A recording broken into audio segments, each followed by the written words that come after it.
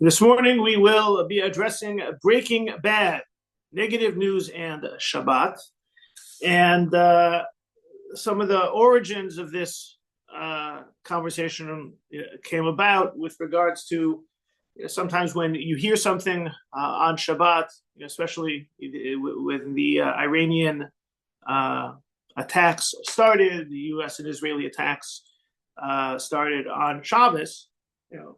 How do you find out? Should you find out? Should you share?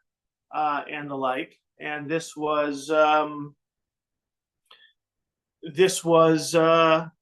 that I was thinking about. And if you go back, a little bit further, October 7th took place on a Shabbos. So how, what about news like that? And so on the one hand, we could say pikuach nefesh, life-saving information, important information. That's the beginning and ending of that conversation. And when pikuach nefesh is relevant, especially where it's relevant, it's there. Just kind of anecdotally, in the aftermath of October 7th, the Motzei Yom Tov, when speaking with colleagues and friends, it's like, when did you hear? How did you hear? Who did you hear? Was kind of an often conversation, and some places it was announced in shul because sometimes people are a little bit closer to the news, and sometimes some communities really knew very little until after the 2 days of Yom Tov, because that's when things didn't really come up until then. So I found it interesting. If you look at the first source, is a headline from Vasis Nayas News, one of the Orthodox news outlets. It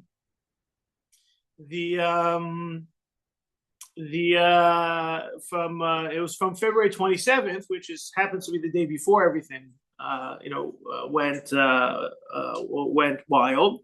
Israel's Channel 14 will switch to silent wave mode for the upcoming Shabbat, with similar silent broadcasters activated on select radio stations due to heightened regional tensions, authorities in the station announced Friday. Very good timing. The emergency protocol coordinated with the Home Front Command and approved by the Chief Rabbi of Israel permits religiously observant viewers and listeners to leave their televisions or radios tuned to the designated channels powered on before Shabbat begins. The broadcast remains completely silent, no regular programming, audio, commentary, music, unless a life-threatening situation requires immediate interruption. For real-time alerts, missile warnings, advance notices, shelter instructions, are all clear messages from the Home Front Command. In Hebrew, the format is known as Gal Sheket, the quiet wave, because Gal is also channel. The measure upholds pikuach nefesh, a paramount Jewish principle preserving life while respecting halachic restrictions and using electronics during Shabbat. And this is one of the tools that many in Israel make use of. This is what they use. They don't want to have any type of television or radio on. One of the other things, people carry phones to hear alerts, and that's also something that's discussed. But here in particular, this was, if you're home, how do you stay informed of things? And so this was the recommendation of being able to follow, be able to heed emergency necessary instructions without having the things onto regularly scheduled programming. Right? This is something that has been very much prevalent and present on people's minds for a long time. People remember the Gulf War back in 1991, certainly since October 7th, and now in particular these days. I think it's I still remember on October 7th, one of the giveaways that happens, my cell phone is also my alarm clock. If anyone needs to look, you can go to App Store and look for a Shabbos alarm clock. It's something that beeps for like 15 seconds. It's very annoying. Make sure you get out of bed. You just have to, if you're impulsively a snooze, you have to make sure it's out of reach so that you don't hit the snooze. But as I woke up and it lightens up the screen, I saw something like 87 I-24 news messages lighting up the screen. So I'm like, this is strange. Something must be going on. I had no idea. I got to shul, and then word started to trickle out. And often for shuls, word trickles out these days because shuls have non-Jewish employees or security guards, right? So source number 2, an article from a colleague of mine, Rabbi Noah Chessis from Sharon, Massachusetts. Occasionally, while entering my synagogue lobby on Shabbat morning, the non-Jewish security guard provides updates about local and international news affecting Jewish communities. Intentions to offer security briefing to me and our community security team. Right, very relevant, and even bordering on pikuach nefesh. I got to know the news, security. Are there any threats? Anything like that? Most Shabbat mornings passed without significant incident. However, in the morning of October 7, 2023, our meeting extended to 10 intense minutes. A flood of critical information necessitated immediate coordination with local law enforcement. Found myself contemplating whether to disseminate this information to the entire community, particularly to families with relatives in Israel. Right, so October 7th things were very different in terms of that type of a briefing. Now, some of you may, especially in this last round of hostilities, which started on Shabbos, there was more conversation about the security guard and checking in on him. So there is a Jewish comedian by the name of Dovi Newberger. Some of you may have seen him or heard him. He plays a lot in the Orthodox circuit, and he recently was talking about how growing up, he's the son of a rabbi. He says, growing up, we all were friends with the security guard, so we could find out the scores, right? Who's winning? Who won the Knick game? Or someone's in the playoffs. So he likes to talk about how, he remembers as a kid walking to shul with his father, and he gets to shul and he wants to go up to the security guard to ask him for the playoff scores, and his father says, "No, you can't do that. We'll just wait till after Shabbos." And that will kind of be, part of our conversation. How about holding things in? Why can't we just wait? But then don't ask. And so then, more recently, as an adult, he's walking to shul with his father, and especially when Israel is at war, and his father goes to the security guard to find out what's going on. And he says to him, "Abba, what? When my team's in the playoffs, I can't ask, but when your team's in the playoffs, you can ask the security guard." Anyway, that's his tongue-in-cheek reaction. But this is what, realistically, this is what happened and happens. Let's get back to source number 2. Rabbi Chessis is a few months later on a Shabbos morning, as Kiddush was drawing to a close. 3 members of the Boston Israeli consulate arrived dressed in somber black to deliver devastating news. A synagogue member's brother had fallen in battle hours earlier in Gaza. Should I immediately share this information with the family or wait till after Shabbat? If I inform the immediate family, would it be appropriate to notify their friends, provide support during the long, heavy Shabbat afternoon? What about the broader community gathering for Mincha, Torah study, and Suda Shlishit? Right? Can you keep it in?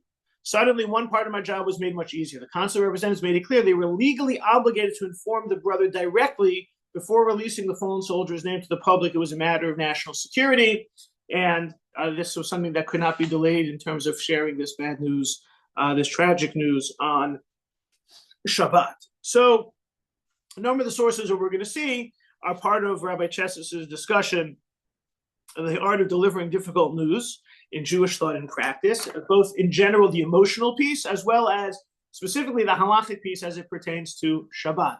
In many ways, we're kind of offline on Shabbos, but what about when we somehow become activated online? Security guard, someone else knows, or the like.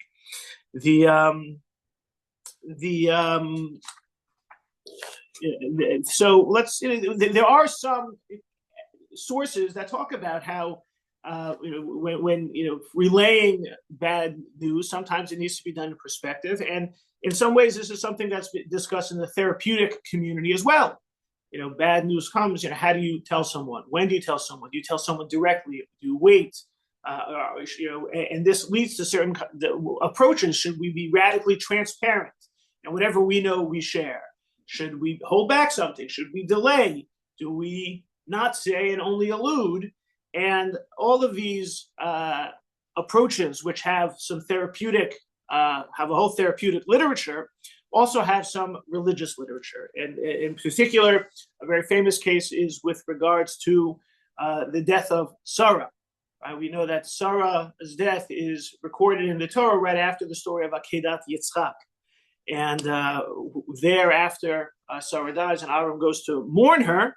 Rashi quotes the Midrash, source number 3. The narrative of the death of Sarah follows immediately on that of the binding of Isaac, because through the announcements of the binding that her son had been made ready for sacrifice, almost been sacrificed, she received a great shock and she died.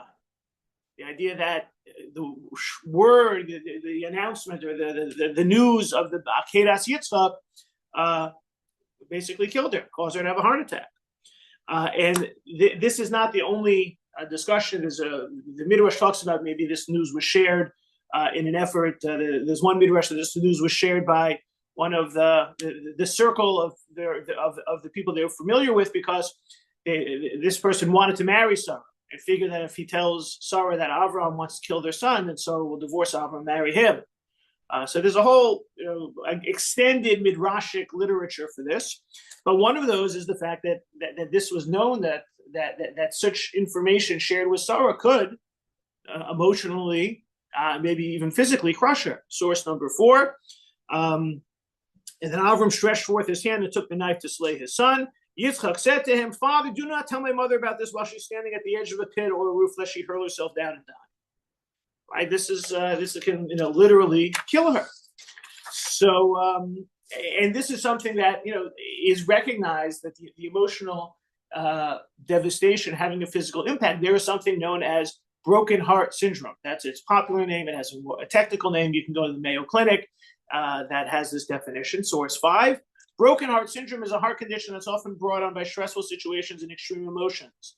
The condition also can be triggered by serious physical illness or surgery. Broken heart syndrome is usually temporary, but some people may continue to feel unwell after the heart is healed. People with broken heart syndrome may have sudden chest pain or think they're having a heart attack. Broken heart syndrome affects just part of the heart and briefly interrupts the way the heart pumps blood. The rest of the heart continues to work as usual. Sometimes the heart contracts more forcefully. Medicines are used to treat symptoms of broken heart syndrome. So this sounds a lot like what you could imagine in the reaction Sarah having when hearing about the binding of Isaac.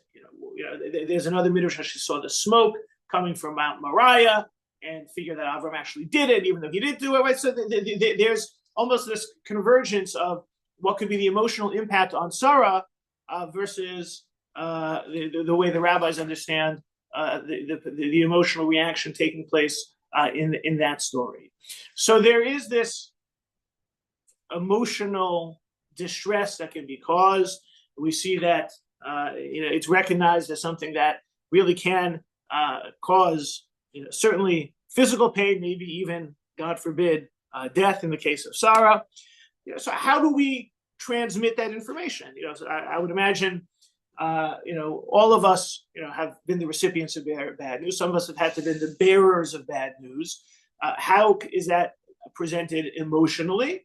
And we'll look at some sources there, and then we'll pivot it over to Shabbos in particular, because Shabbos is meant to be a day of menucha, of respite, of rest, and has specific laws relating to what we should be saying and talking about, and we'll go in that direction. But just any questions or comments before we dive into some more of the sources?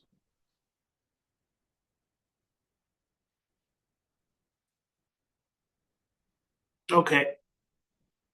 So the Gemara in Psachim, very relevant. We're in the Pesach season. The Gemara in Psachim is discussing the idea that we're supposed to be, when we speak, to speak more positively. Right? Very famously, Psachim begins with the words "Or li arba asar." We search for chametz on the evening of the 14th, but the word for evening is erev. The word for night is laila, or choshech is darkness. So why does it say the night, the light of the 14th? So the Gemara has a long discussion there that we should try and speak more positively. Right? We don't want to call it night, so we call it the light, which is the beginning. So the beginning of the 14th, which is at night, but we use the word light. Right? This is the idea of speaking positively. Why some of the most radical examples of that, the Lubavitcher Rebbe very often did not like to use the word bad or the word death. He would say, the opposite of light, the opposite of life, and he'd like to call the hospital in Hebrew is referred to as a Beit Cholim, house of the sick. The Lubavitcher Rebbe would like to call it a Beit Refuah, a place for health. So that all emerges from this discussion in Psachim. So in this case, source 6, Rav Kahana fell ill, and the sages sent Rabbi Yoshua, son of Rav Idi, as their emissary to him. They said to him, "Go and assess what is Rav Kahana's condition at present." Rabbi Yoshua, son of Idi, went and found that Rav Kahana had passed away. He rent his garment. He tore kriya, in line with the idea that when one's rabbi or when a master rabbi or teacher dies, you should tear kriya. And he turned the garment around so this tear would be behind him. It would not be immediately apparent. And he was crying as he was coming. They said to him, "Did Rav Kahana pass away?" He said to them, "I did not say that. as the verse says, and he who utters slander is a fool. Pasuk in Mishle. This verse indicates that it's undesirable to be a bearer of bad tidings. And if one must inform others the unfortunate news, he should do so in an indirect manner. Right? They were able to tell what had happened. He wasn't trying to hide it, but he wasn't fully frontal with it. Quite literally, he put the tear behind. He let more his emotional state do the talking as opposed to being more direct. And we see that there's, if we pay attention to the language, the way the Mishnah introduces the idea of how to respond to good news and bad news. So we know that when there's good news, there's a Shechianu bracha or Hatova Hametiv bracha, right? This is source number 7. And when you hear bad news, what do you say? Baruch Dayanu Hames, right? Blessed is the true judge. So the Mishnah, Al Bisaros Tovos Baruch Hatova Hametiv Al Shmuos Ros Bomer Baruch Dayanu Hames. So it's talking about rain and good tidings, God who does good, bad tidings, a blessing of the true. Blessed is the true judge. So it's something we're familiar with. Often the bad news blessings get recited more than the good news blessings, and we should work on trying to recognize the good as well. However, you notice the English talks about good tidings and bad tidings, but the Hebrew word used is different. Bisorot tovot are the good tidings. Shmuot ra'ot are the bad tidings. Bisorot and shmuot. And so Rabbi Yisrael Lifshitz, in his Tiferes Yisrael commentary, is sensitive to that linguistic differentiation. And he says, Lo nakat lashon bisoros. We don't call the bad news bisorot. Demotzi diba huksil, because you're not. It's folly to be so direct in sharing that. Rak hushama me'atzmo. You should be hearing it. Bisorot, right? We say that word. Bisorot tovot yeshuot v'nechamot. We talk about l'rachmu yishach lanu es elyon avizachor latov vivaser lanu. Bisoros tovot yeshuot v'nechamot is the expression from the benching that we hope that Eliyahu Navi will share the good news, of redemption. Good news, when it's positive, it's news, you want to share it. When it's negative, shmuot, you hear about it. It's not necessarily meant to be so direct. You shouldn't be directly sharing bad news. You share good news. You hear about bad news. And there's that subtle difference is that we really want to promote good news, and we're not really promoting the bad news. But I think back to the Gemara of Sachin, when they sent Rabbi Yoshua, they intuited it. He was crying. He was sad. They asked him if something was wrong. He says, I didn't say anything. But it was very clear that these were shmuos ra'os. They heard it, or they felt it, or they were able to determine it, but it's not something that we want to be declaring.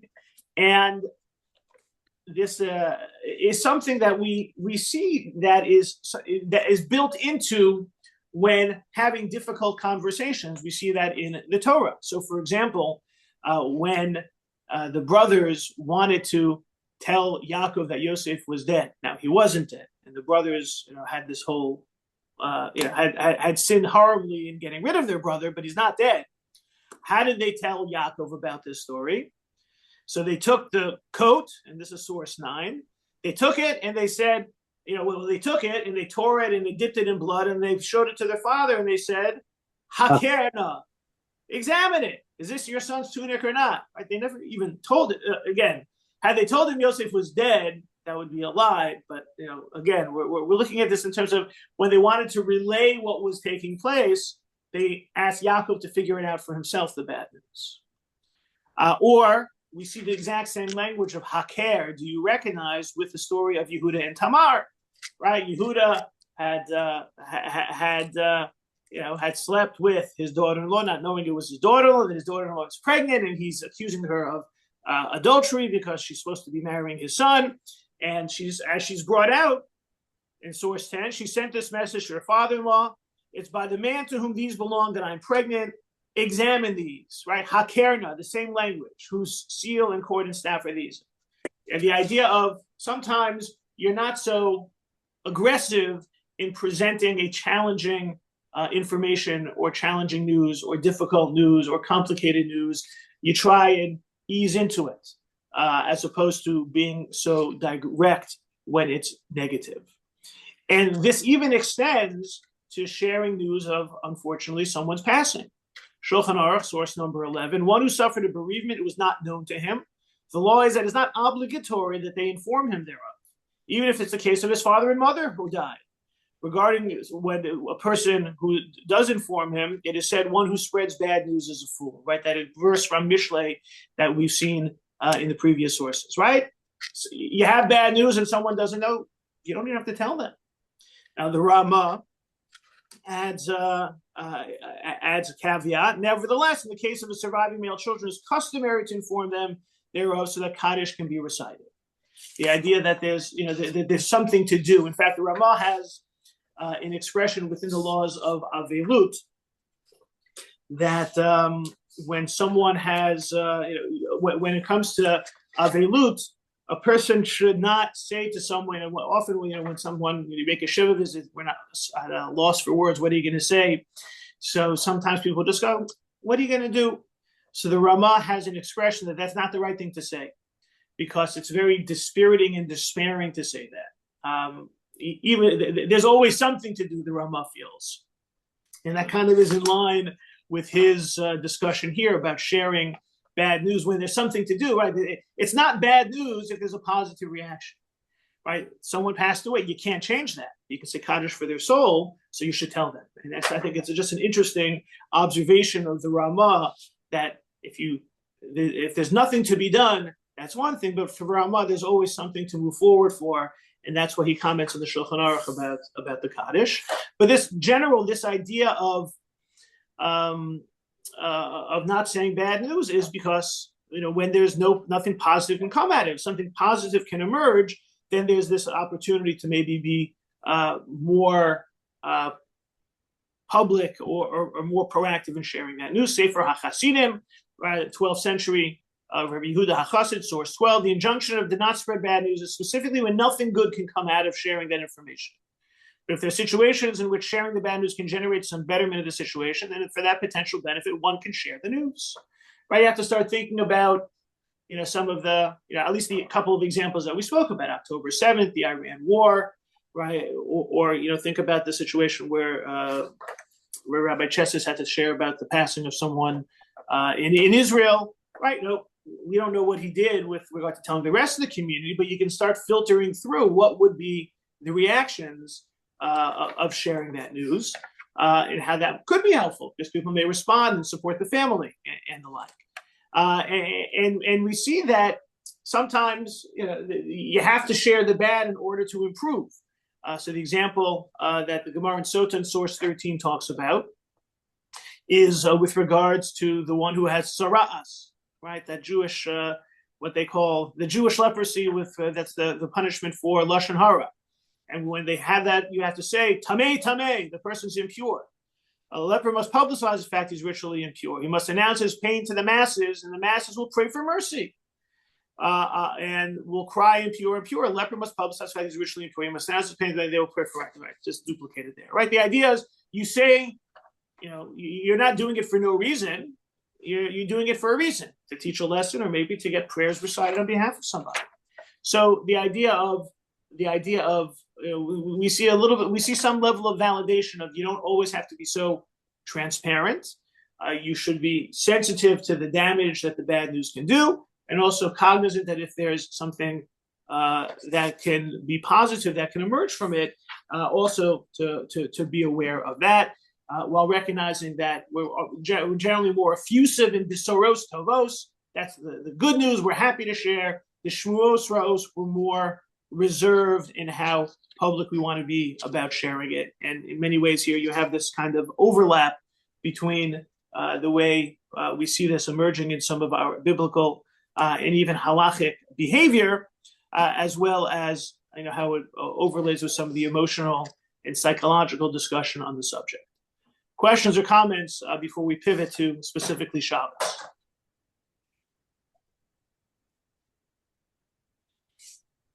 Okay, so Shabbos has this came up in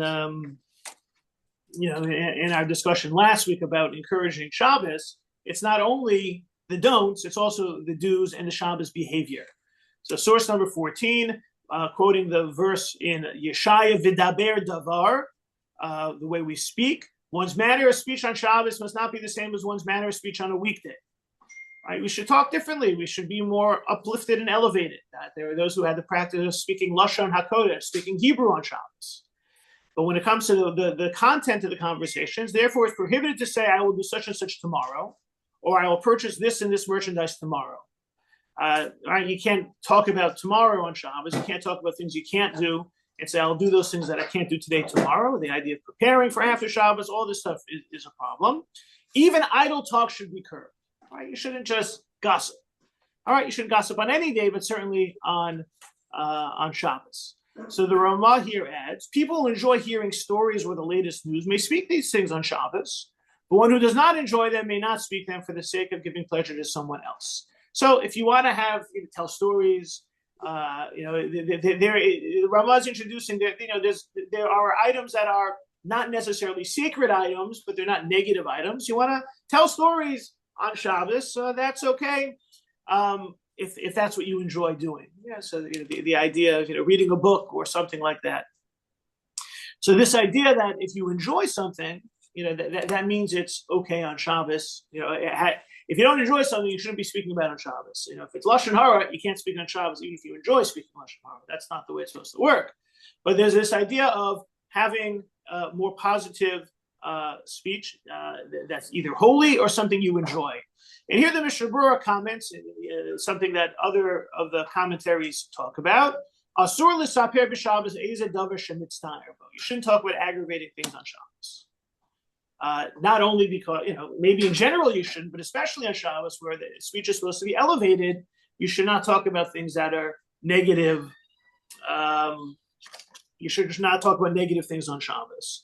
And one of the classic stories that talks about not being negative on Shabbos is a very well-known story about Rabbi Meir and Bruriah, which joins our discussions about negative news in general through a Shabbos perspective.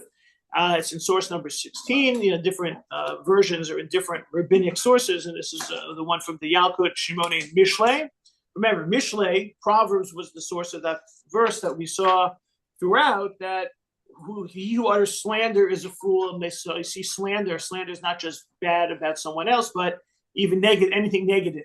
So don't talk negatively in general. And here, this is a story about Rabbi Meir, who was sitting expounding in the study hall on Shabbat afternoon when two of his sons died.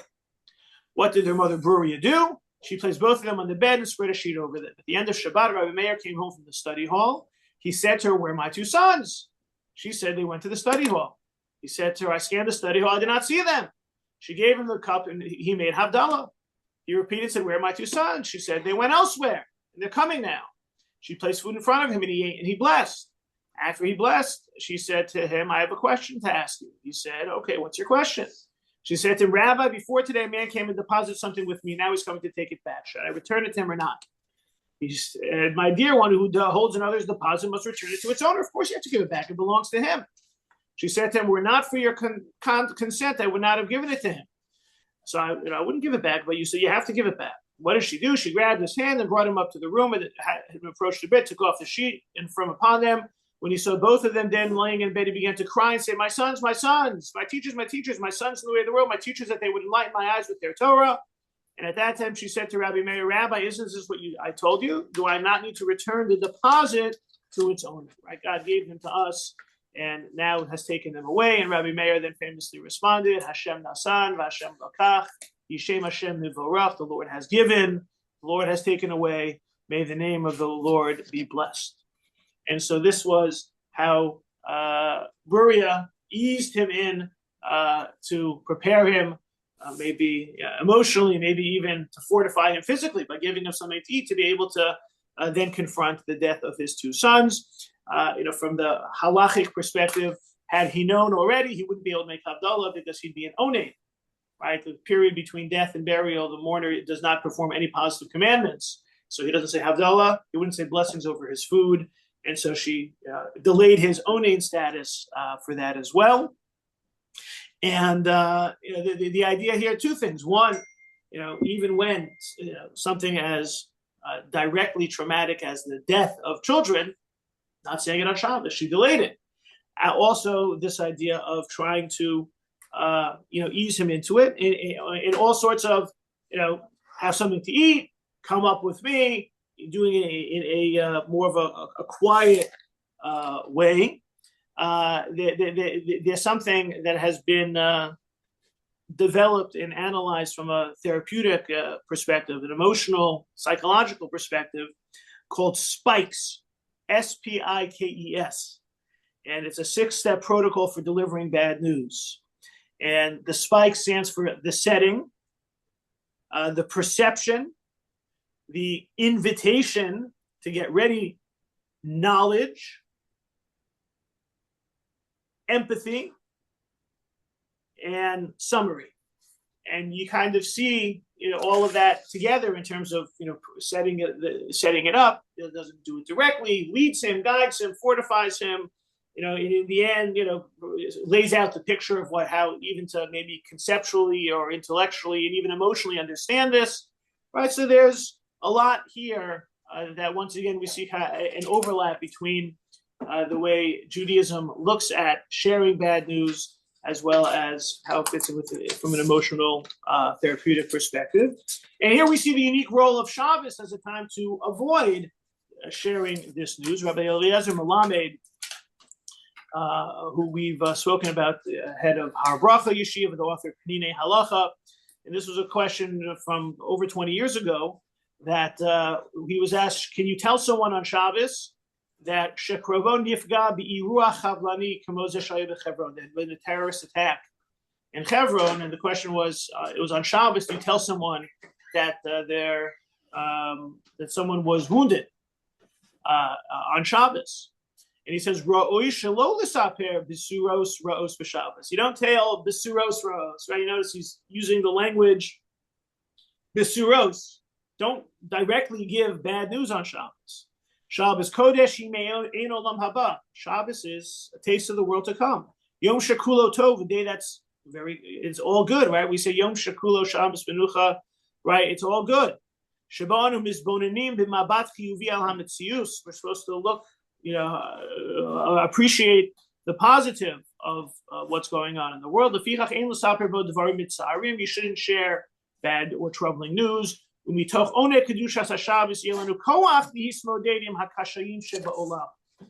That hopefully from fully observing Shabbos and absorbing its sanctity and positivity, that's how we can deal with the troubles of this world. Because of the eternal nature of Shabbos can help us overcome the randomness that seems to exist in this world. Shehu prosdor l'traktiv. This world is only kind of an antechamber for the next. V'yizakenu Hashem l'shmor Shabbatot. We should merit to observe the Shabboses. V'yinachem es ha'almanos v'yisomim b'vinyan Yerushalayim v'chavron. And then after, hopefully be able to strengthen and comfort the widows and the orphans with one day the rebuilding of Jerusalem and Hebron, which was the locus of the attack in that case. So you have this, Rabbi Melamed highlighting that it's Shabbos and keeping Shabbos as a zone free of this trauma that helps us deal with it afterwards. Maybe, what are you going to do on Shabbos? And we can probably think of situations where maybe the person wants to know, or we can help comfort them.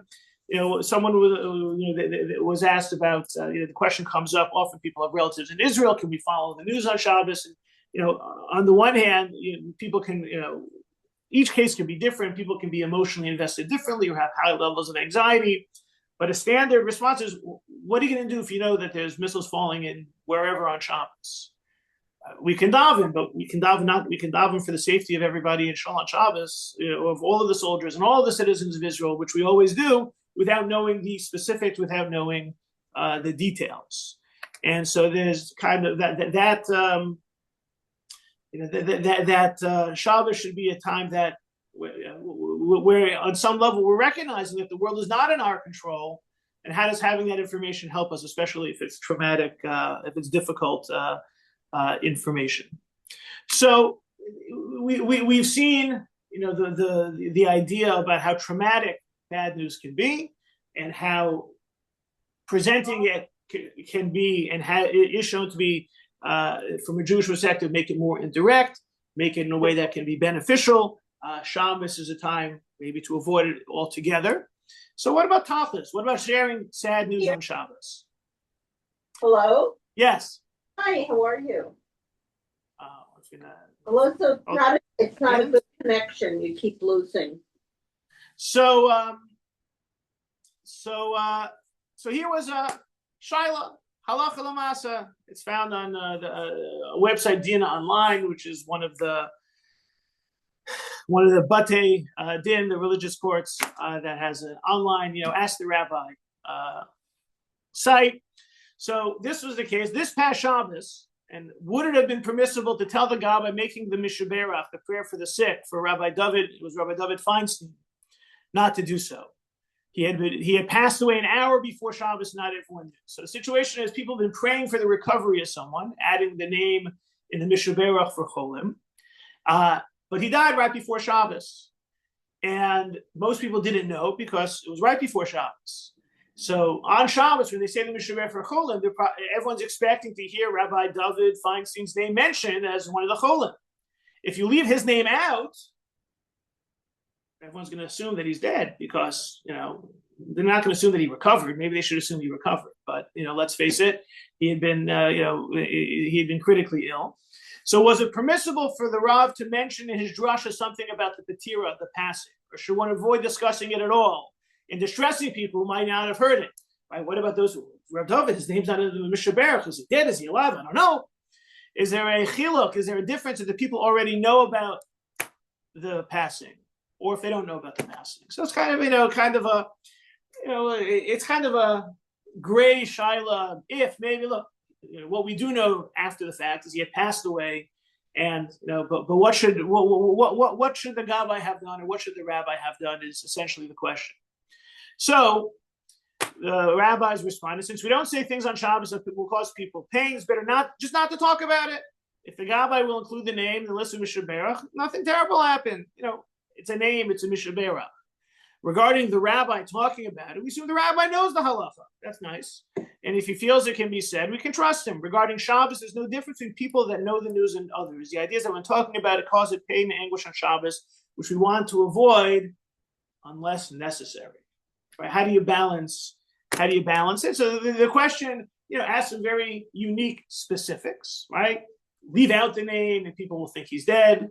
Include the name, and even though he is dead, so people don't know, right? And the answer is essentially, we want to avoid pain, and the rabbi has to balance it the best that he can, knowing the community, knowing what's necessary, and the like. Rabbi Moshe Feinstein adds an interesting distinction here with regards to sharing bad news. And there's a difference between if the person sharing the bad news is directly engaged or is part of it or not. And the question is in source 19 that Bikesh Cholesh Yispalu Bado, the person who's sick says, I'm very sick. I hope you guys will pray for me. Avaloya Sakanas Hayom, but it's not necessarily that day. He's not in danger of dying that day. The Amrum is Moritz feeling Tefillah Ba'avuro, and they daven for him. Vishaluni Amasu Kadin. So do we do the right thing? Person A says, I'm sick, I hope you daven for me, so the people daven for him. But this is on Yontif, right? No bad news, Yontif and Shabbos. So was this appropriate or not? So V'yamarti, Rabbi Feinstein says, Sheyafa Asu. It was okay. It was the right thing. The Kivan de Ba'atzmo Bikeshi Spal V'yomru Tehillim V'hu Misukan. Since he's the one who's in danger, Yesh Lachush L'Shreifas Dato Im Lo Yasu Kidbara. Person is ill, ask others to pray for him. If they don't pray for him, he's not going to feel that good that people don't care about him. They're making him feel better by responding to his declaration that he's critically ill. So maybe he shouldn't have told them, but once he tells them and he announced that he wants the people to daven for his behalf, they have to respond appropriately because we're looking out for the well-being, even the mental well-being of the person involved. Shabbos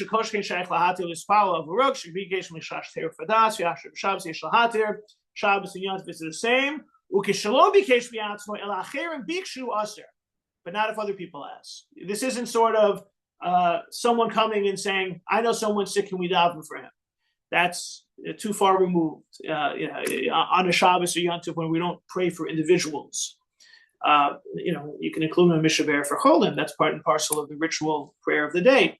But here you see that Moshe Feinstein is pointing out that in the case where the person himself is invested or is the one who needs that reassurance, the reassurance, then it becomes okay to present. And so, in many ways, the way the rabbis in Source 18 conclude, unless necessary, that's the distinction that Rabbi Moshe Feinstein is making. When the person himself is looking for that level of support, it becomes more necessary. If no one needs to know or no one will find out, maybe it's not necessary.